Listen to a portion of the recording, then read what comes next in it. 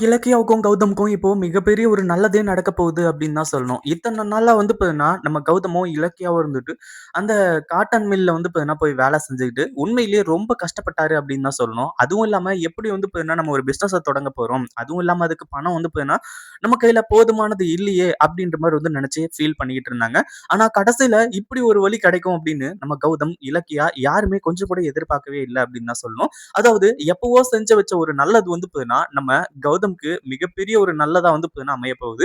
அதாவது இதுக்கு முன்னாடி அந்த வீட்ட விட்டு வெளிய வரும்போது, நம்ம கௌதம் இருந்துட்டு அந்த செக்யூரிட்டிக்கு வந்து பார்த்தீங்கன்னா, அதாவது இதுக்கு முன்னாடி, அதாவது அங்கருந்து வந்து பார்த்தீங்கன்னா, இந்த மாரி வந்து வெளியேற போறோம்.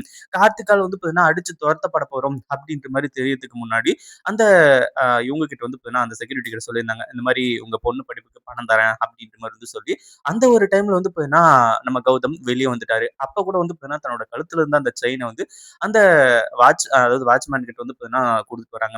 அவங்க கிட்ட வந்து பார்த்தீங்கன்னா குடுத்துட்டு வந்துட்டு, இந்த மாரி உங்க பொண்ண நல்லா படிக்க வைங்க அப்படின்ற மாரி வந்து சொல்லிட்டு வராங்க. இப்போ அந்த வாட்ச்மேனால வந்து பார்த்தீங்கன்னா, இப்படி ஒரு நல்லது நடக்கும் அப்படின்னு கொஞ்சம் கூட எதிர்பார்க்கவே இல்ல.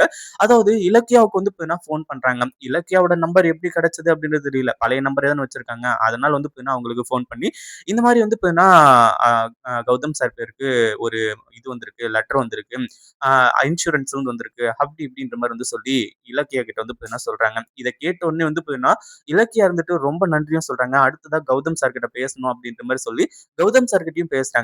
கௌதம் கிட்ட பேசும்போது தான் வந்து பார்த்தீங்கன்னா உண்மை என்ன அப்படின்றது தெரிய வருது.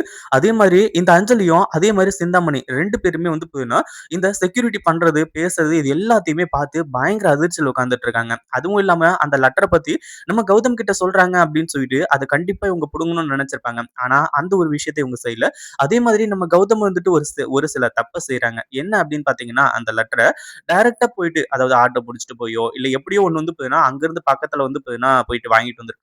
இல்ல அந்த வாட்ச்மேன் கிட்டயே சொல்லி, இந்த மாரி இந்த இடத்துக்கு கொண்டு வாங்க நான் அப்புறம் வாங்கிக்கிறேன் அப்படின்ற மாரி சொல்லியிருக்கலாம். ஆனா நம்ம கௌதம் என்ன சொல்றாரு அப்படின்னு பார்த்தீங்கன்னா, அவங்கள நலம் விசாரிச்சுட்டு, பொண்ணெல்லாம் எப்படி படிக்கிறாங்க அப்படின்ற மாரி கேட்டுட்டு, கடைசியில வந்து பார்த்தீங்கன்னா, நான் சொல்ற அட்ரஸ்க்கு அந்த ஒரு லெட்டர வந்து பார்த்தீங்கன்னா அனுப்பிச்சு விட்டுருங்க அப்படின்ற மாரி வந்து சொல்றாங்க. இது எவ்வளோ பெரிய தப்பாயிடுது அப்படின்னு பார்த்தீங்கன்னா, இப்போ இந்த அஞ்சலியும், சிந்தாமணியும் இருந்துட்டு, நம்ம கௌதமும், இலக்கியாவும் வந்து பார்த்தீங்கன்னா எங்க தங்கியிருக்காங்க அப்படின்றத கண்டுபிடிக்கிற அளவுக்கு ஆயிடுச்சு. உண்மையிலேயே வந்து பார்த்தீங்கன்னா, இத கொஞ்சம் கூட எதிர்பார்க்கவே இல்ல.